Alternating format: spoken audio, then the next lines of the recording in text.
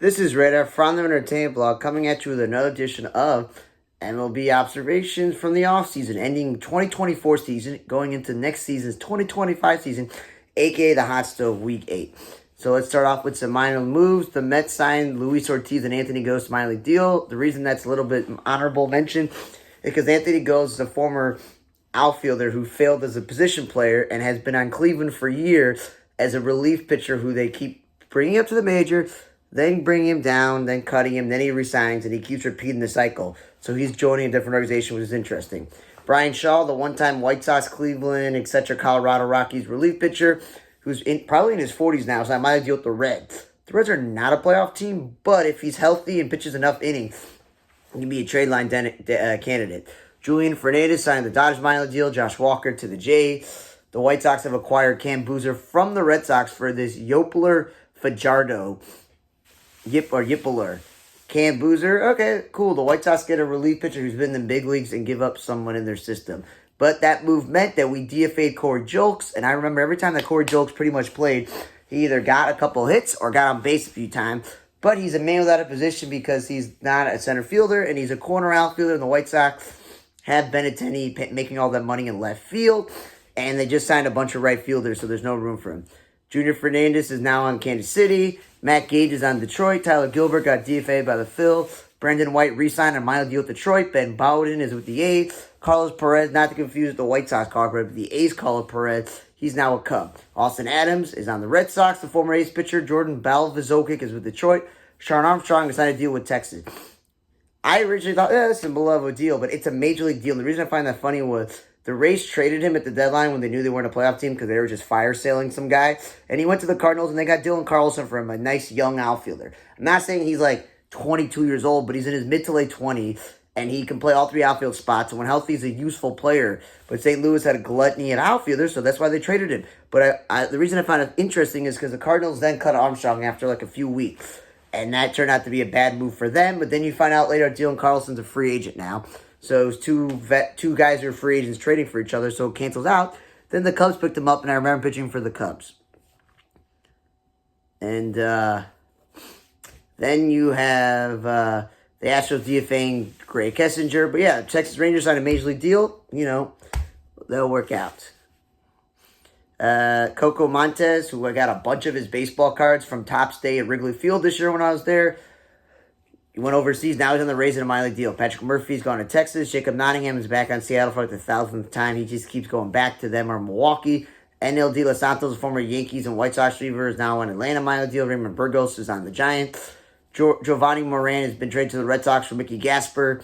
Extra pieces for extra pieces. Jonathan Bermudez is going to China. Joe Espada, not the manager, but the pitcher, is going to San Diego. Diego Castillo is going to Colorado. Detroit DFA Bailey Horn and Drew Van Hergen staying in Japan, and Peyton Henry's going to Philadelphia. Those are the minor moves. I'm just looking at myself in the video going like, I don't like how I look like with these glasses with short hair and a hat. I think I got these in like March or April, and I'm think in like February or March or April, whatever, and I had kind of longer hair because I hadn't got a haircut all of last calendar year since spring. And then I was like, oh, it's the winter. It's probably time to get it. I don't know if I really like the way that I look with nothing, but okay, you know, with a hat. The Reds have acquired Jose Trevino for Fernando Cruz. The Yankees were in such a rush to trade Trevino that they get a random relief pitcher for him. When Austin Wells is, yes, he was a pretty good rookie last year, but he's still learning how to be a big league player. Trevino's an all-star and a silver slugger, I think a platinum, and he's like a really good backup catcher to have in case of injury and to teach the young guy. Well, Tyler Stevenson, who was snake bit with concussions and a lot of injuries for a few seasons, was pretty healthy this year.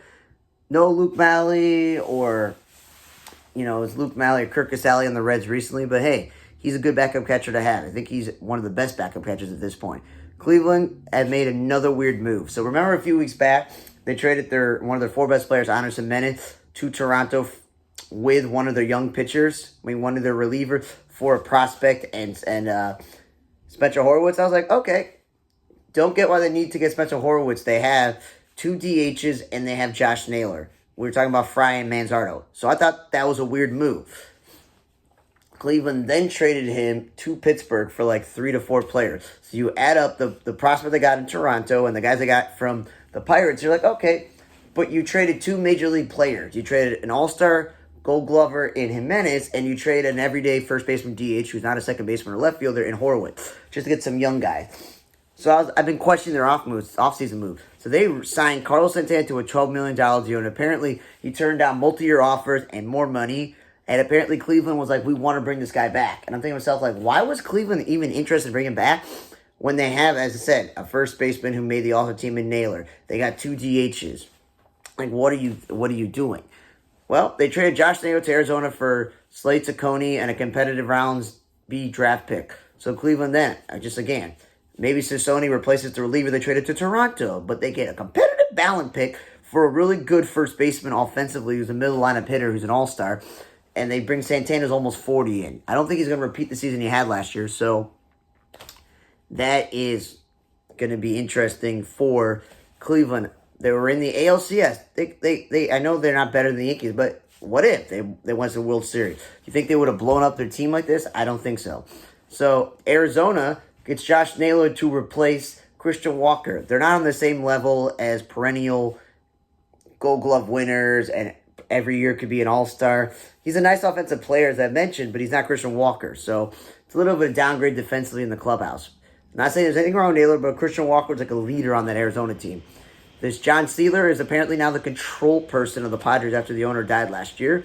Speaking of Diamondbacks and first basemen, Paul Goldschmidt signed a 1-year, $12.5 million deal with the Yankees. So they say goodbye to Anthony Rizzo, and they traded for Cody Bellinger, and I was like, well, maybe Cody Bellinger will play first base. Well, Bellinger is probably going to be locked into center field, which again is the problem they had last year. They had someone who's not a center fielder, Judge, playing center field.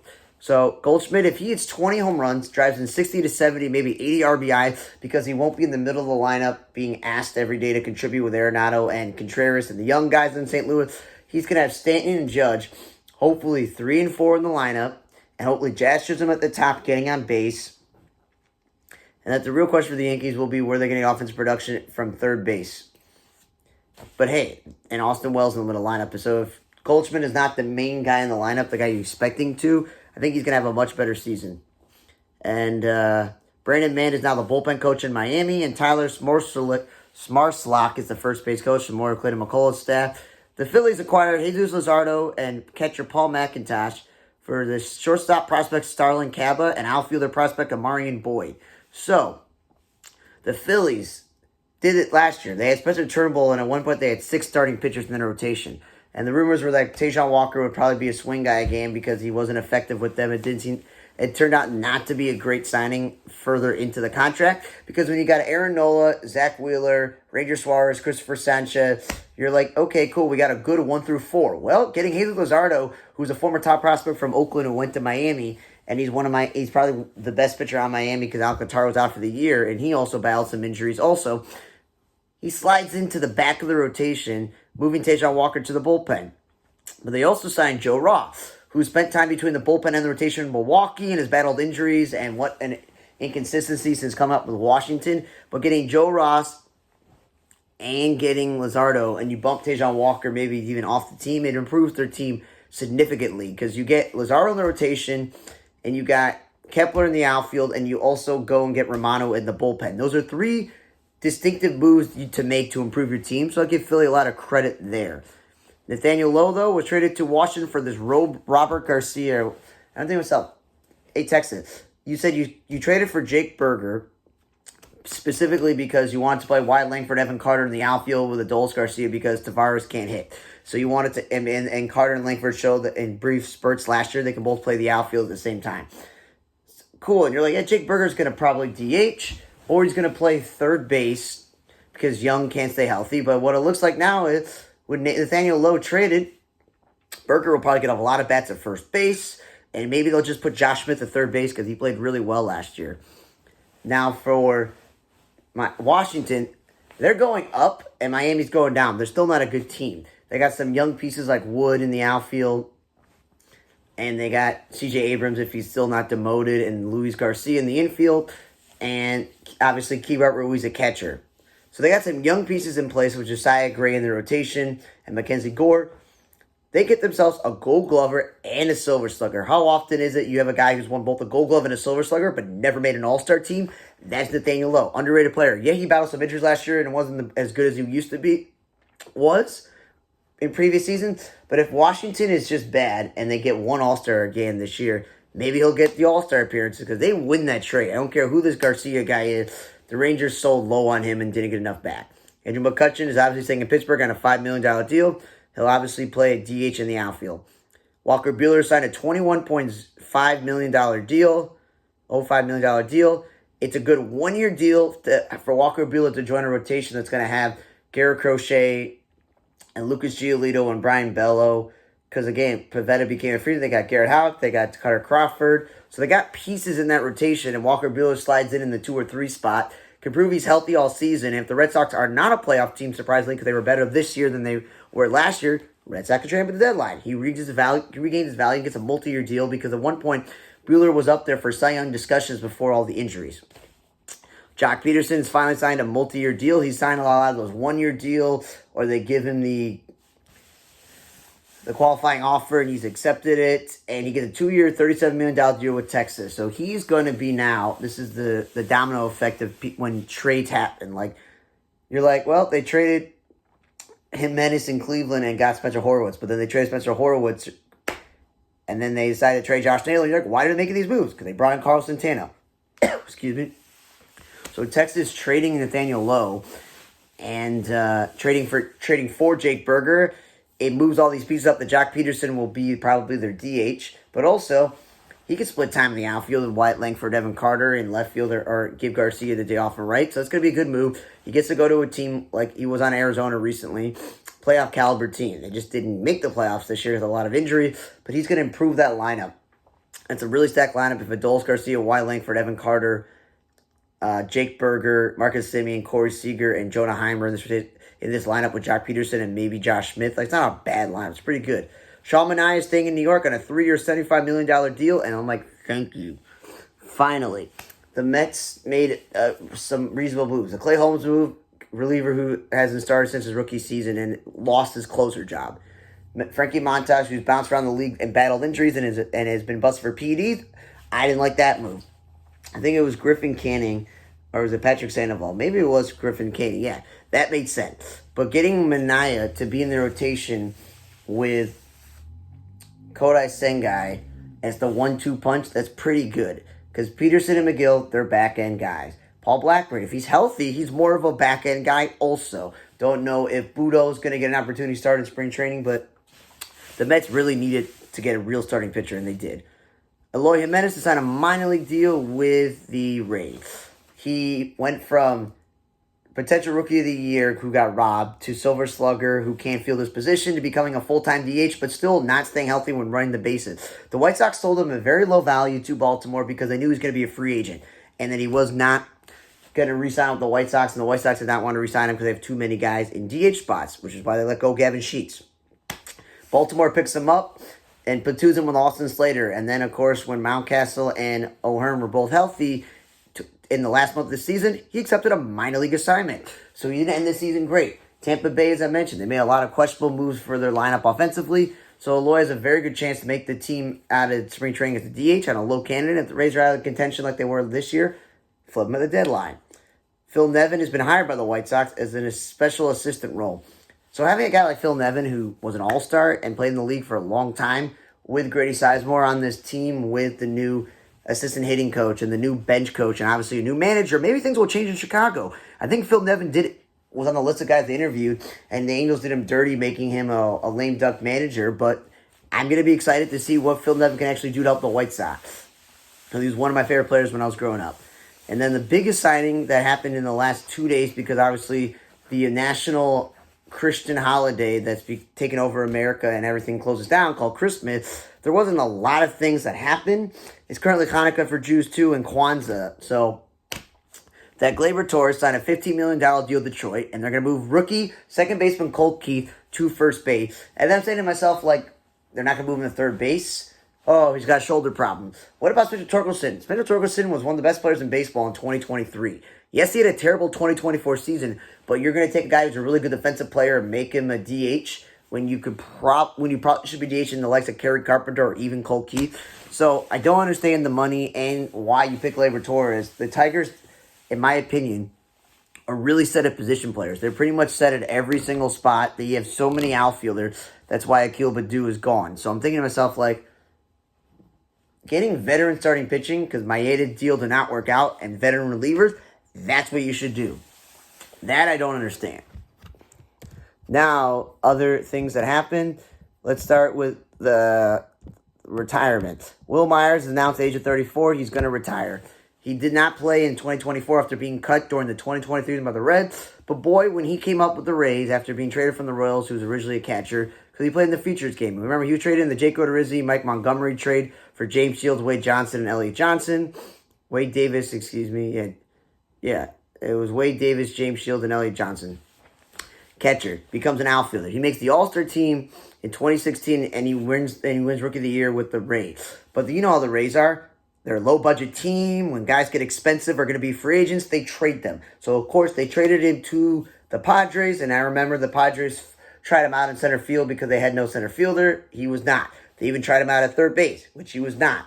But he was a really good offensive player, but 156 home runs, 533 RBIs, and 250 average, not great. You would think for a really good offensive player who was an all-star and Rookie of the Year, that first player, he'd probably have 200 career home runs and 1,000 RBIs. But he battled a lot of injuries, which is why he fell off a cliff and that he got cut when he was 32 years old. But again, I liked Will Myers. I thought he was a good player, but happy trails on your career. Recipes of Gary Sutherland. The second baseman passed away at 80, a 243 lifetime average, 24 homers, and 239 RBI. Played for the Phillies, Expos, Astros, Tigers, Brewers, Padres, and Cardinals. He continued to be in baseball after his retirement as a scout and administrator. From 1999 to 2011, he served as special assistant general manager of the Angel. He was responsible for coordinating the Angel scouting organization. He unfortunately passed away the other day at age 80, technically on my birthday, which was a few weeks ago, but this is when it was reported. Last but not least, the guy who gets the most attention is we lost Ricky Henderson. I'm not going to say Ricky Henderson is young, but at 65 it was unexpected because Hank Aaron, Willie Mays, Willie McCovey, a lot of these other Hall of Famers who've died over the years, they were like 80 or 90 years old. 65 is pretty young, and it was a shock because he's out there. They called the A's Coliseum the Ricky Henderson Field. He was out there. 279 lifetime average, 3,555 hits, 297 home run, 1,115 RBIs, 1,406 stolen bases, and 2,295 runs. We will all remember Ricky Henderson as probably the greatest leadoff hitter of all time. And anybody who passes him up in all-time leadoff home runs, like Schwarber or George Springer, those like that, do not count. They're not leadoff hitters. This guy was who you want at the top of the lineup. The amount of stolen bases he had in one season would dwarf people's career totals who are known for stolen bases. And it's impressive that he scored almost 3,000 runs in his career. And he drove in 1,100 runs because he's a leadoff hitter. He's not a middle lineup hitter. And he almost had 300 home runs, again, at the leadoff spot. And, of course, icing on the cake was he got 3,000 hits towards the end of his career when he was on San Diego.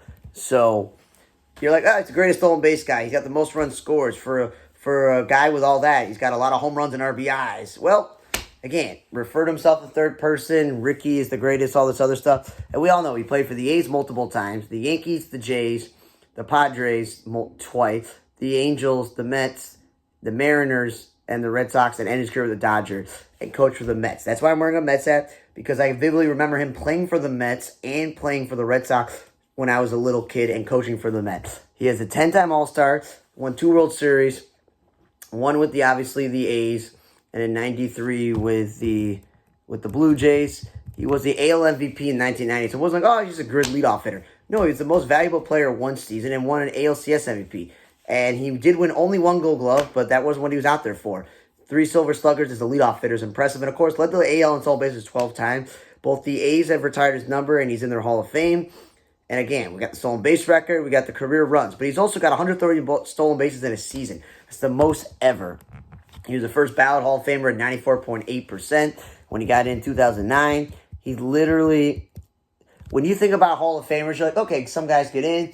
People question who they are because they got in towards the end of the ballot, or they got into the Veterans Committee because there was an injustice, or the guy's overrated, whatever it is. Like, he's the type of Hall of Famer. It's like, it's a no-brainer. Ricky Henderson. It's the names like Willie Mays, Hank Aaron, Babe Ruth, Sandy Koufax, Roberto Clemente. Like, Ricky Henderson is that type of person. Frank Thomas. You're just like, those are Hall of Famers, no doubt. Those are like some of the top-tier ones that you've ever seen. And apparently, he also tried playing in independent baseball as well after he retired. And again, he's literally one of the most famous baseball players of all time. And unfortunately, he passed away on the 20th, and his birthday was on Christmas. He was the greatest baseball player born on Christmas and was the greatest living player born on Christmas. Pud Galvin and Nellie Fox are Hall of Famers, but they got nothing on Ricky Henderson. But apparently they said he had been battling pneumonia, and that's how he passed away. So I want to say happy trails to Will Myers, recipes to Gary Sutherland, and of course the legend Ricky Henderson. Thanks for listening to another edition of MLB Observations, Week 8 of the Hot Stove, ending 2024 season, going into this year 25 season. For On the Raider Table Block, I'm Raider. See you guys next time. Rest in peace, Ricky.